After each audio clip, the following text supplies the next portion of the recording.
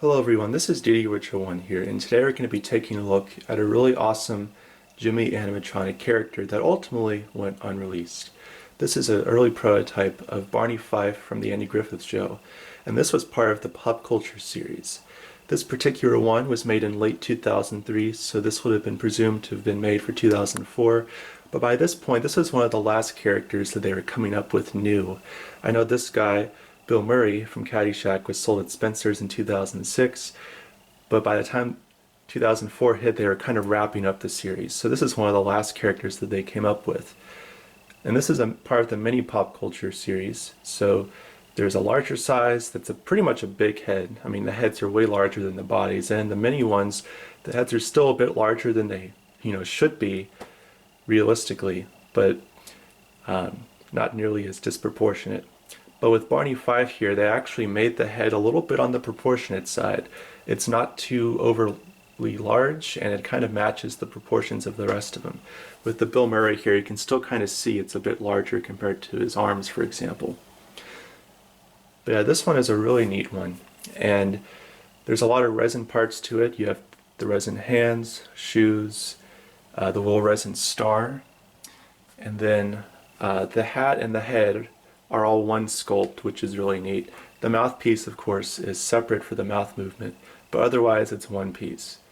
And there's a lot of little nice details there. You have all of the buttons on the outfit, you have the tie, you have the belt, and this is made of that synthetic leather, like butler shoe material. You have an empty holster because they don't trust him with the weapon.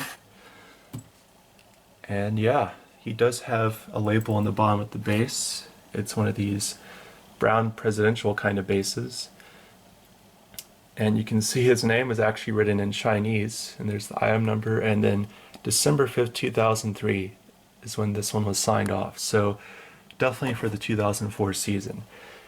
And like I mentioned earlier, this thing was not released. It ultimately went unproduced.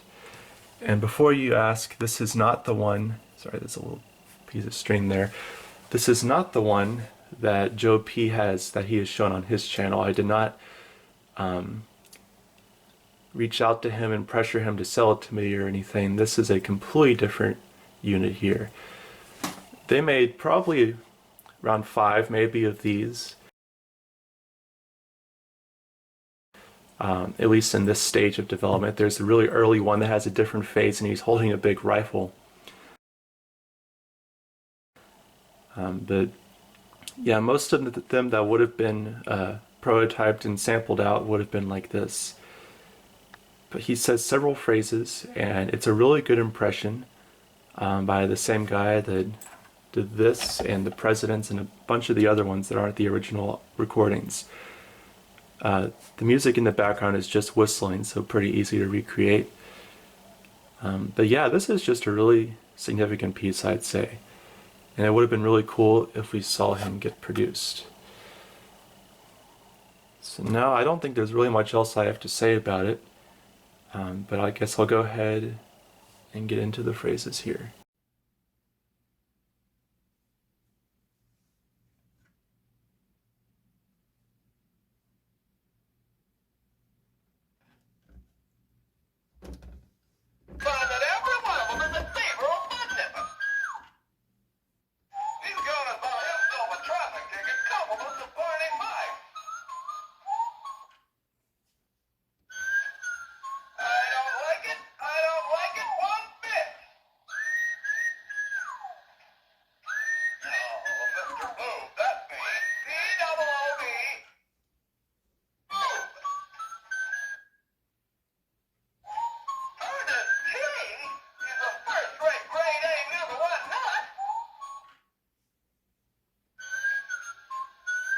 Giving you a ticket for committing 9/11.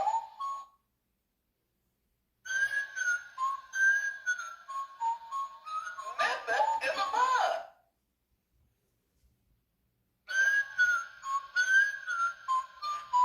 I ain't got time to stand around here and discuss trivialities. Nip it in the bud. Nip it, nip it, nip it. You go read any book you want on the subject of child discipline.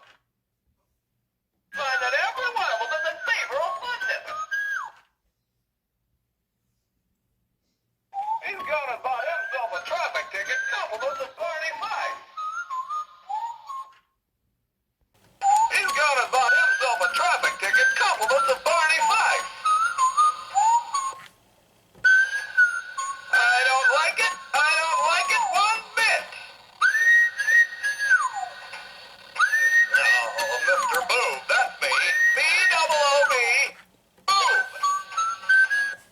What's interesting about this phrase here, it's supposed to be connected to the previous one, because otherwise it's just pretty random and super short. So I think that's just a programming error that might have been made.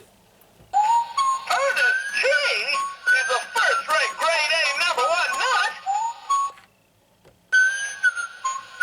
I'm giving you a ticket for committing a 9/11.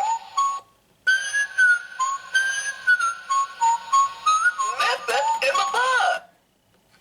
And his head would move a little bit more, but the batteries are not completely brand new. For this particular piece, for whatever reason, the way it's wired and programmed perhaps, it requires brand new batteries to work at peak performance, like brand new. And you know, when typical items get lower batteries, they might move a little slower or whatnot. This guy just starts beeping. He just starts beeping at me. So unlike other pieces, even other EEPROM pieces, because this does have an EEPROM, others of those will, you know, function, but you know, just move a little slower. With this guy, if they're not brand new or close to brand new, he will just not work. The adapter function does not want to work on him either. So he's just a very finicky one. And this guy has batteries. I think 2 of them are pretty close to brand new and 1 of them isn't. So that's why that's the case. I really need to organize all of my batteries that I have and, you know, test them all to see which ones are the best and which ones are not. But yeah, I want to talk more about this piece, but there's really not much else to say. I guess I'll do a little spin around here so you can see him from different angles, because when Joe P showed him, you just saw the front, and you also didn't see the head turning. You can see there how it looks. I'll move this light a little closer. So it's all resin and hand painted.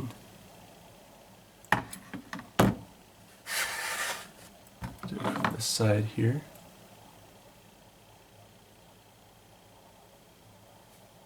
You can see the little star.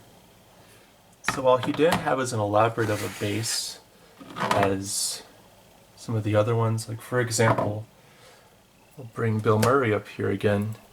You know, he has printed graphics on his base. He has a little gopher there that the button is on. There's not as much of that going on here. It's just a plain black base. But he does have a lot of accessories that would have been harder to mass produce on his clothing. Like he has the holster, he has the little star there, etc. So a very detailed piece. You know, I like the phrases. It's a very good impression. All of these are very good impressions of the characters if it's not the original audio. But I guess that's it for this guy. If you have any questions, comment down below. Thank you guys so much for watching, and I'll see you next time.